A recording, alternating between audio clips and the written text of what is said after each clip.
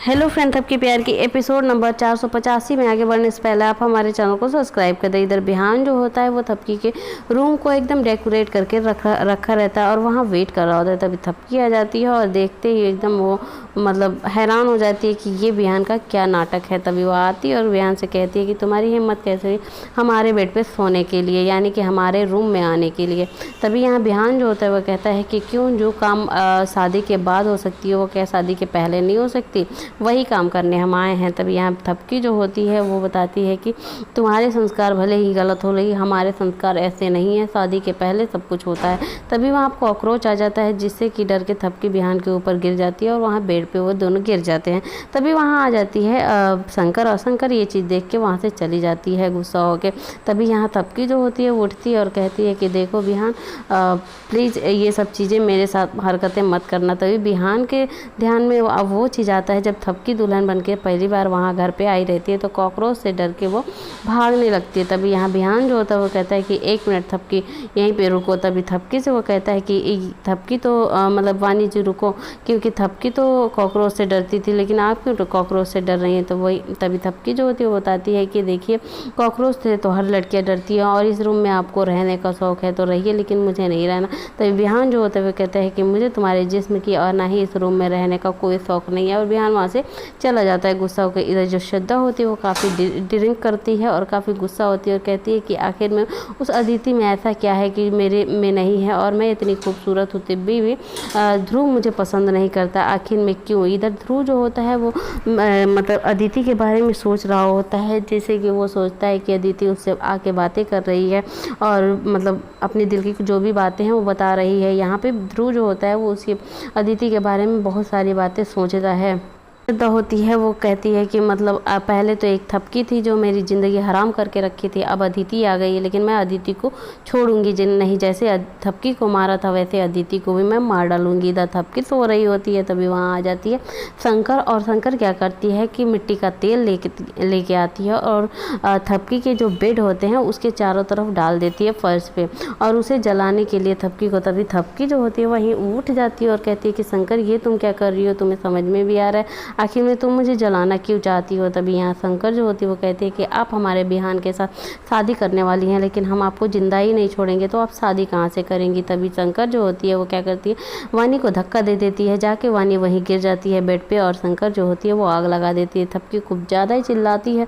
चिल्लाने के बाद वहीं आ जाती हैं वो कोसी, और कोसी देख लेती हैं तो चारों तरफ पानी डाल के उस आग को बुझाती हैं, और शंकर से कहती हैं कि तुम्हारी हिम्मत कैसी हुई वानी जी को जलाने की, और मैं तुम्हें अब नहीं छोड़ूंगी। तभी यहाँ जो मतलब ये कोसी जी हैं वो कहती हैं थपकी से कि मतलब वानी जी देखिए, बुरा नहीं मानिएगा, लेकिन मैं इसे छोड़ूंगी नहीं।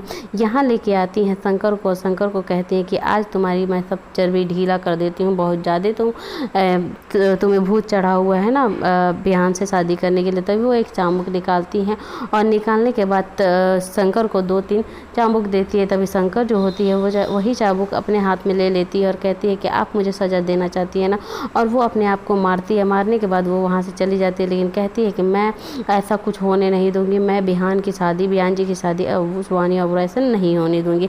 इधर जो श्रद्धा होती है वो अदिति के पास आती है। अदिति के पास एक शर्त रखती है कि देखो अदिति, आज तुम्हें दिन भर थपकी की तरह बोलना है। तभी वो कहती है कि आखिर में अदिति, मैं श्रद्धा मैम आप ऐसा मेरे साथ क्यों कर रही हैं। तभी वो जो श्रद्धा होती है वो कहती है कि देखो मुझे थपकी की बहुत याद आ रही है, यानी कि तुम्हारी बहन की, और तुम्हारे इतना तो तुम कर ही सकती हो कि तुम अपनी बहन की तरह बोल सको।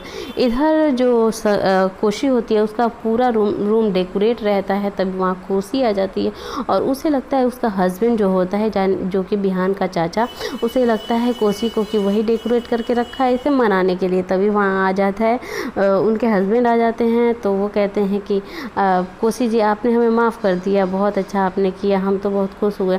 तभी यहाँ पर जो कोसी होती है वो कहती है कि आपने हमारे लिए इतना किया तो हम तो इतना कर ही सकते हैं कि आपको माफ़ कर सकते हैं। तभी यहाँ पे जो उसके हस्बैंड होते हैं वो कहते हैं कि नहीं कोसी जी, ये तो डेकोरेशन मैंने नहीं किया है, ये डेकोरेशन। तभी जो कोसी होती है वो कहती है कि हाँ ये तो डेकोरेशन मैंने भी नहीं किया, लेकिन आखिर में किया किसने है। तभी वहाँ आ जाती है वानी। वानी कहती है कि ये डेकोरेशन मैंने किया है आप दोनों के लिए, क्योंकि मैं आप दोनों के रिश्ते के बारे में जान चुकी हूँ और आप दोनों का जो लव है, एक दूसरे का जो रिश्ता है, मैं चाहती हूँ कि सबके सामने आए और प्यार करना कोई गुनाह नहीं है।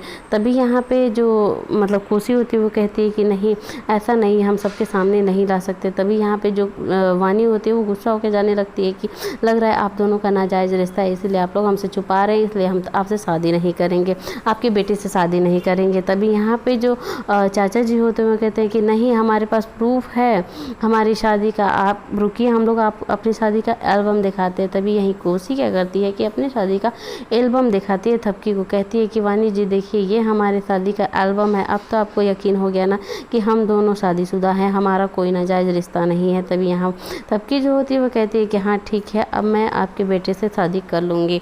यहीं वो दोनों अपने में बातें कर रहे होते हैं, थपकी बाहर निकल के कहती है कि अब मुझे प्रूफ मिल गया, तुम दोनों को मतलब सच्चाई बाहर